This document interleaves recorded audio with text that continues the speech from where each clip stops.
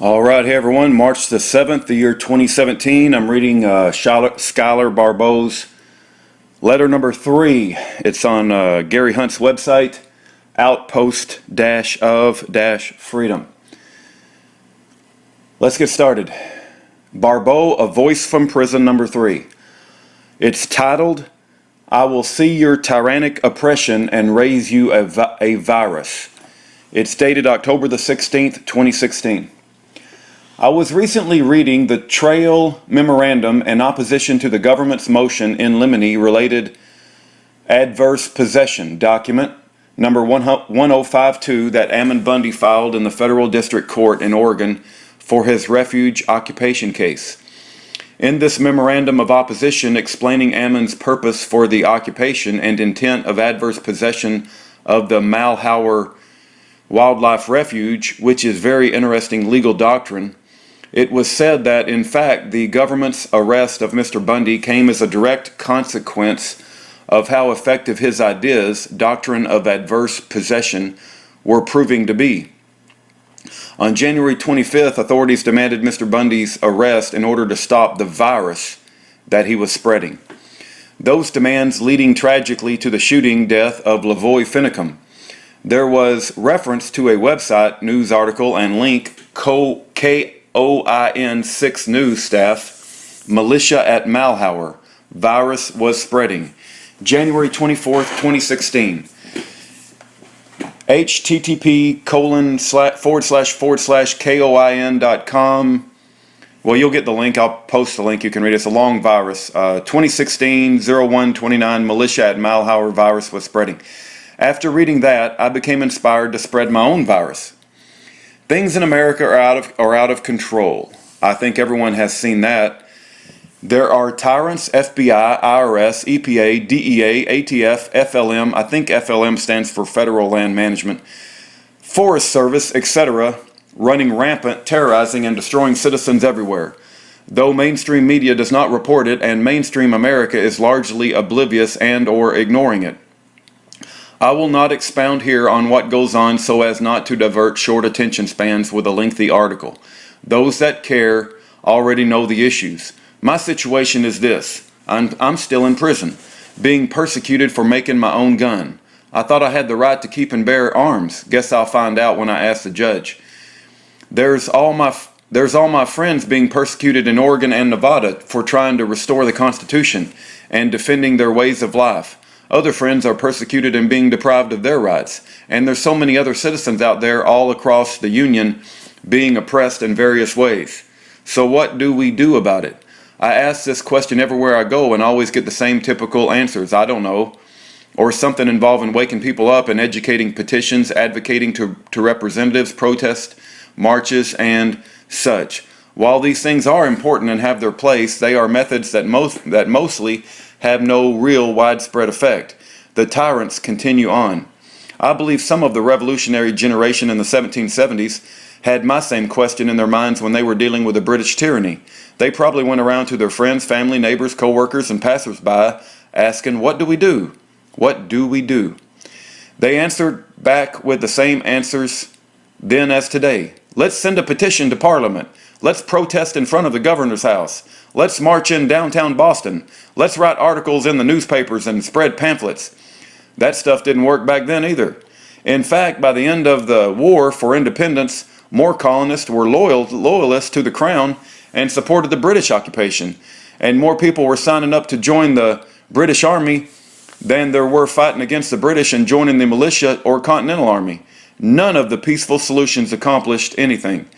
Thomas Jefferson mentioned that in the Declaration of Independence were answered only with repeated injury. Patrick Henry mentioned it in his famous Give Me Liberty or Give Me Death speech, and Samuel and John Adams said it during the conventions right before they declared independence. In those days, people saw tyranny as it was, understood how it really worked, and were not fooled as to its existence. I identify with those people. I know the answer to my question. I learned it from studying history. After the Boston Massacre, and after realizing that petitioning Parliament was useless, Sam and John Adams fled Boston to raise a militia and smuggle illegal arms with John Hancock funding it. I guess nobody considers that though, huh?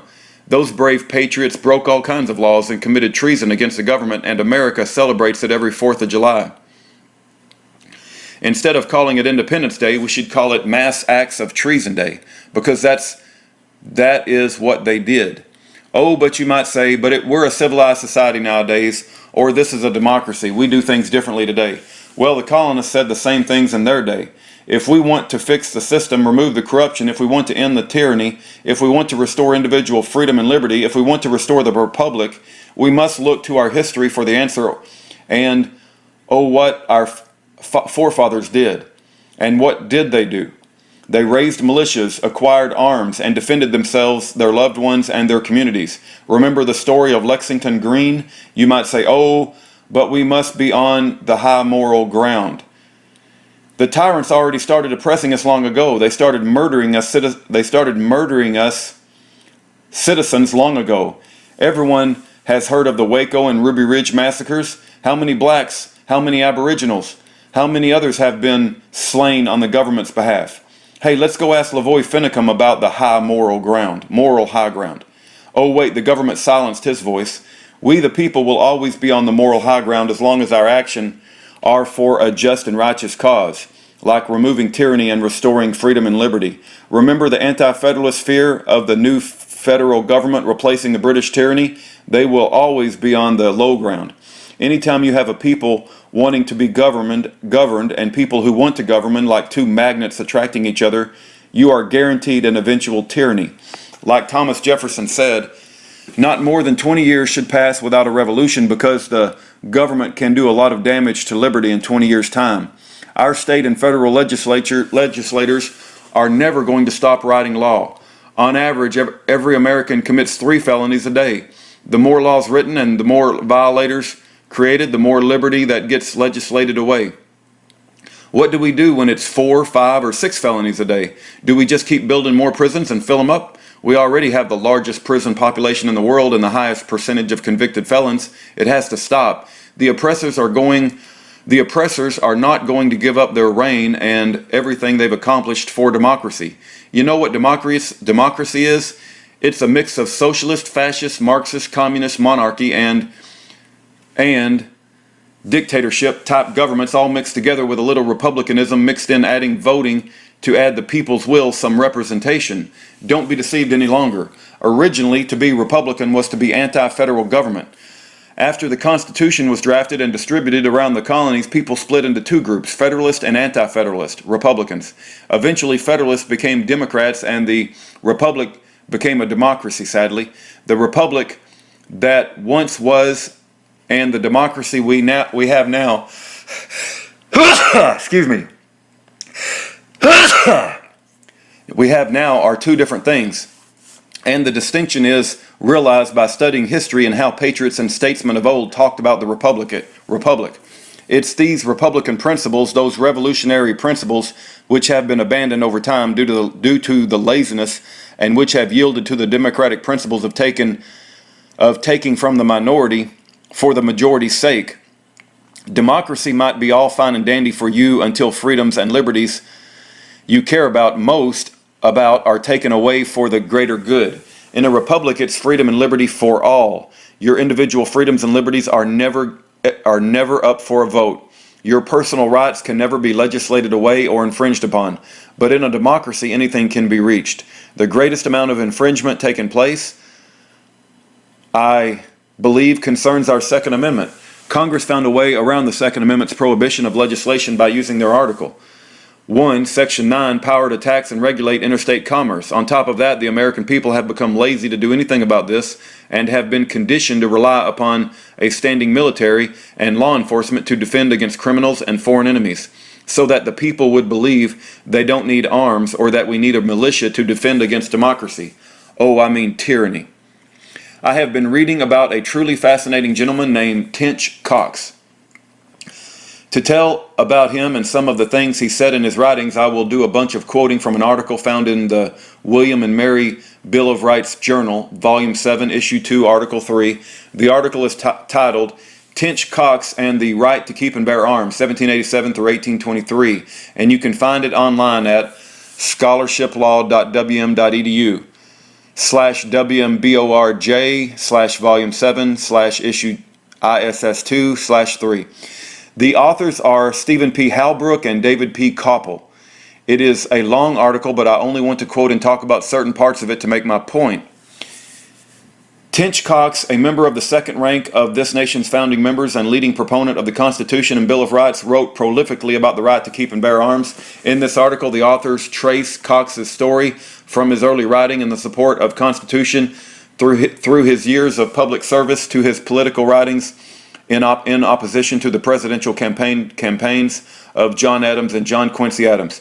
The authors note that Coxe described the Second Amendment as guaranteeing an individual right and believe that individual right to bear arms was necessary for self-defense and hunting, as well as for militia purposes and protection against oppression by large standing armies. The view of this important founding era political commentator and public servant inform the ongoing Second Amendment debate. The authors argue that Cox's depiction of an individual right to bear arms encompassing hunting, self-defense, and the public militia power supports the standard model of the Second Amendment prevalent in legal literature.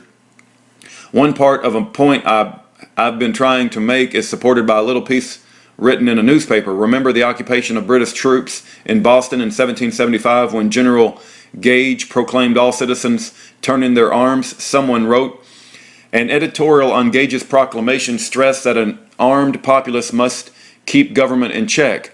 The opposing an arbitrary measure or resisting an illegal force is no more rebellion than to refuse obedience to a highwayman who demands your purse, or to fight a wild beast that came to devour you.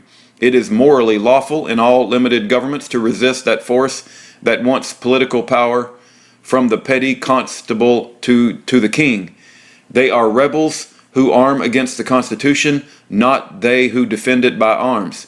A Freeman, PA, Evening Post, June 27, 1775. Morally lawful to resist. The authors talk later on about some essays Tench wrote and had published in the Philadelphia Independent Gazetteer. October 21st, 1787. They said, in a fourth of a series of essays defending the Constitution, Coxe argued that should tyranny threaten the friends of liberty, using these arms in which Providence has put in their hands will make a solemn appear to the power above. Hence, the new Constitution did not need a Declaration of Rights any more than the Articles of Confederation did. Neither of them have a Bill of Rights, nor does either notice the liberty of the press, because they are already provided by the state constitutions, and relating only to personal rights. They could not be mentioned in a contract among the sovereign states. I'll pause there. It is very interesting that Tench Coxe said personal rights could not be mentioned in a contract among the sovereign states. Among the personal rights, in addition to the mentioned freedom of press, is the right to keep and bear arms. Eventually, there was so much public demand for an absolute guarantee against government infringement that the Bill of Rights was drafted. Can you imagine if it had never been, or if the Second Amendment hadn't been included? We would have no guns in America. People back in those days believed in keeping and bearing arms was a personal right, and nobody questioned that. People nowadays, especially the lawmakers and those working in the judicial system, didn't believe that, and it wasn't until the Heller decision in the Supreme Court that changed their view that the Second Amendment as a collective right of the people. People in our government had things so twisted, but what Coxe said about the personal right to bear arms, the personal right to arms, is exactly why I machined and built my own machine gun with a short barrel without registering it or paying taxes and ignoring prohibitions, because Congress cannot regulate a personal right. What Congress and the rest of the federal government can do is regulate interstate commerce. As the Supreme Court ruled, persons or things in interstate commerce. So if you buy a gun made, imported, or dealt by a licensed manufacturer, importer, or dealer, it is or can be regulated by state and federal government. And that's the nutshell of my defense against the federal charges I'm facing in the Ninth Circuit.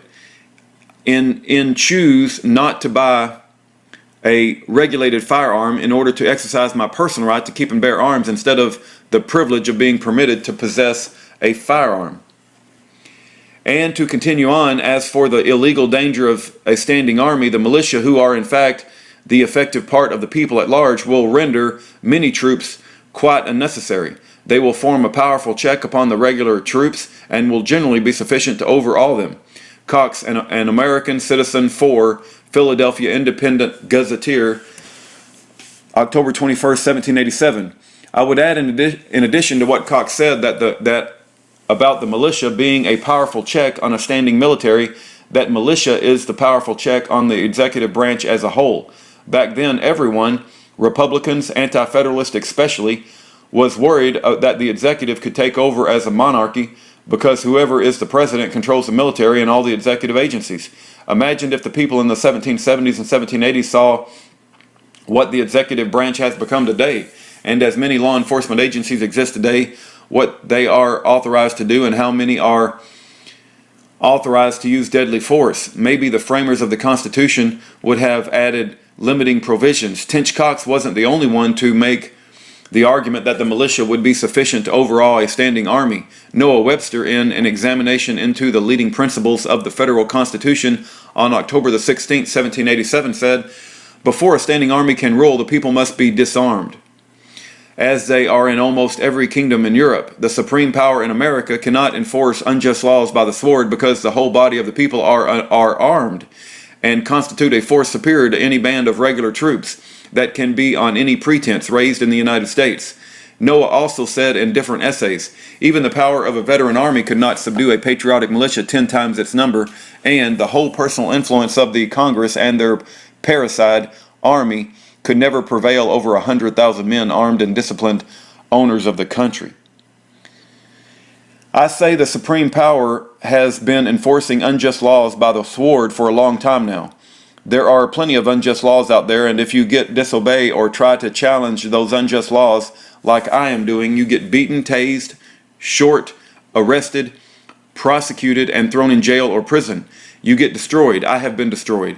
I have many friends who have been destroyed by the government. Lavoy Finicum was slain by the sword, and so have many others. I'm going to pause there and come back and pick this article up in a little bit. All right, we're picking back up the Schuyler Barbeau article, and let's get started. The next article became the Second Amendment as we know it today. Later on, Cox wrote about how the game in Europe disarmed the commoners that kept the people continuously deprived of arms.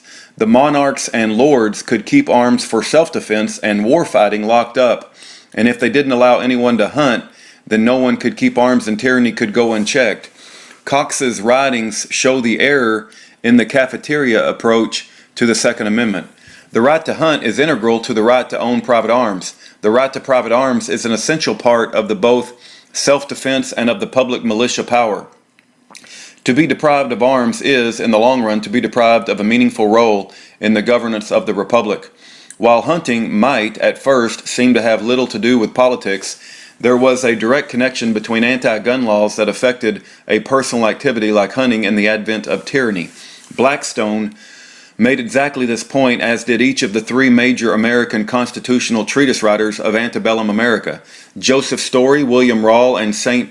George Tucker, to Cox and his contemporaries, the Second Amendment guaranteed the right of every freeman to own, possess, carry, and use rifles, muskets, pistols, and other firearms for self-defense, hunting, and militia purposes, including resistance to oppression. Private arms were constitutionally protected, although uniformity for militia purposes suggested the wisdom of the governmental purchase and distribution of public arms to the general populace. The right could be injured by disarmament laws, by over-reliance on standing armies, and by game laws that prevented the individuals from learning how to use guns.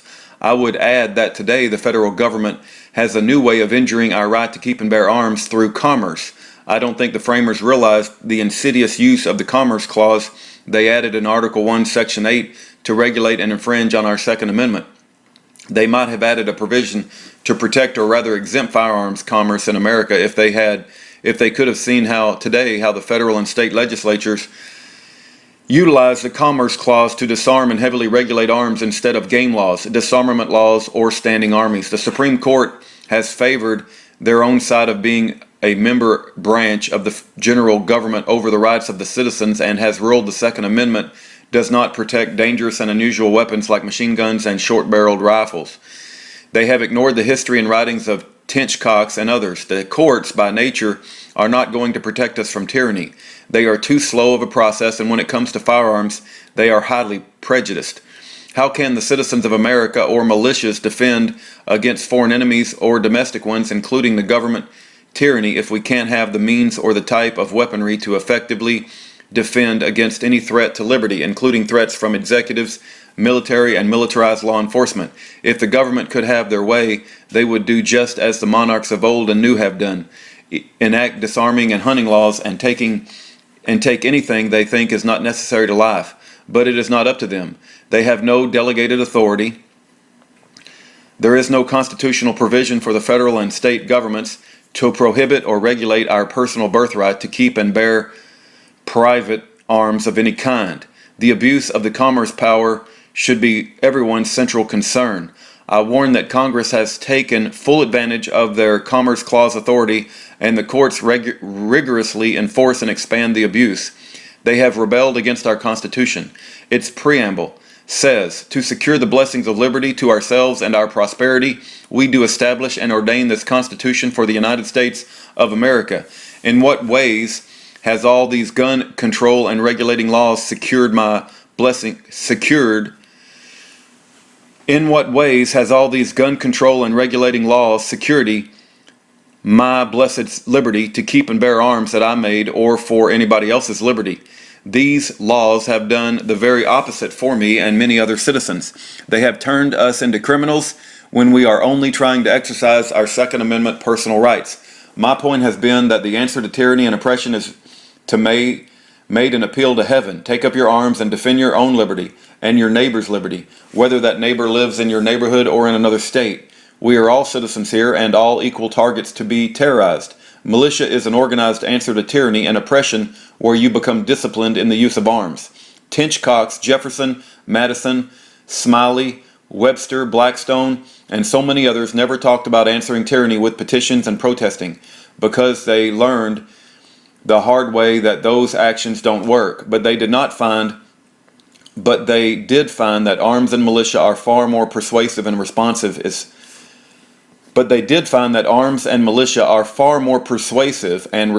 faster. Remember the Bundy Ranch standoff where tyranny showed up at Cliven's door and militia and citizens showed up with arms? It was the tyrant government who left. Or how about the Sugar Pine Mountain security operation where tyranny threatened again, militia and citizens showed up with arms, and it was the government thugs who backed off again. Wherever tyranny threatens when it's right, we the people should be answering by bearing our arms. The two hurdles we must overcome are fear. Everyone must put aside their fear of the government and gather your wits. Conjure up some courage. Remember what Jefferson said, when the people fear the government, there is tyranny. When the government fears the people, there is liberty. And two, all the division, arguing, bickering, lies, scamming, thieving, backstabbing, smearing, drama, dick measuring, disrespectfulness, pridefulness, drunkenness, pity parties, name-calling, distrust, falsifying, strife, and all other dishonorable behavior has got to stop. The government is never going to stop with the tyranny until we all come together. After doing my part at the Bundy Ranch until the day I was arrested on December the 6th, 2015, I dedicated my life to Patriot's work, and everywhere I went, every security operation I participated in, I witnessed the dishonorable behaviors listed above.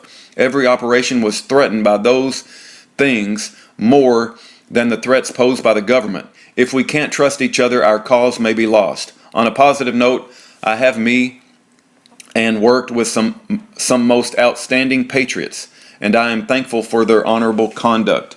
Honor, courage, commitment, semper fidelis, defender. That is the article written by Schuyler Barbeau on October the 16th, 2016 from FDC SeaTac prison. The title of the article is, "I Will See Your Tyrannic Oppression and Raise You a Virus."